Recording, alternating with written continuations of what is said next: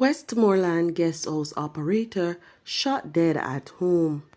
Unwell cop dies in crash on way to hospital in St. Catherine. 5 shot, 1 fatally, at a shop in Westmoreland.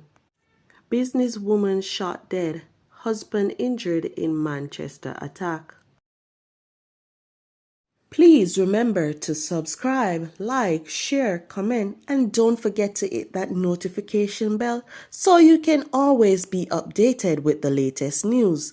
Now for the news in details.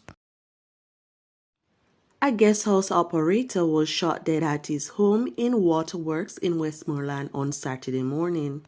The businessman has been identified as Fitzroy James, otherwise called Sugar or Sugar Rock.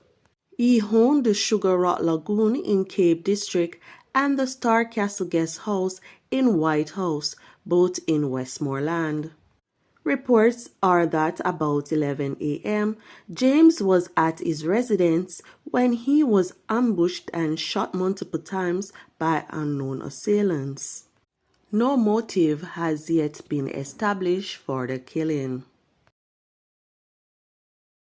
A policeman died from injuries he received in a motor vehicle crash on Friday.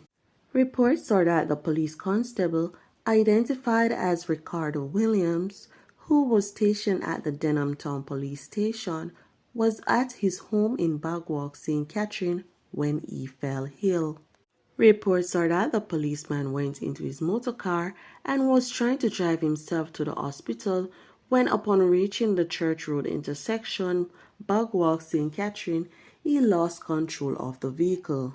The motor car ran off the road and crashed into a utility pole. He was rushed to hospital where he was pronounced dead. 5 persons were shot, 1 fatally, in George Plains, Westmoreland on Friday night. The deceased has been identified as Roger Mowat, otherwise called Boy Boy, late of Burn Savannah in the parish. More details to come following further investigation into the incident. A cook shop operator was shot dead and her husband injured in a gun attack in New Green, Manchester on Friday night. Dead is 39-year-old Catherine Matthews of a New Green address. According to police reports, at approximately 10 p.m., Matthews and her husband were walking to their home after closing the shop when they were attacked by a lone gunman on foot. The police say the two received gunshot injuries. They were rushed to the hospital where Matthews was pronounced dead. No motive has yet been established for the killing.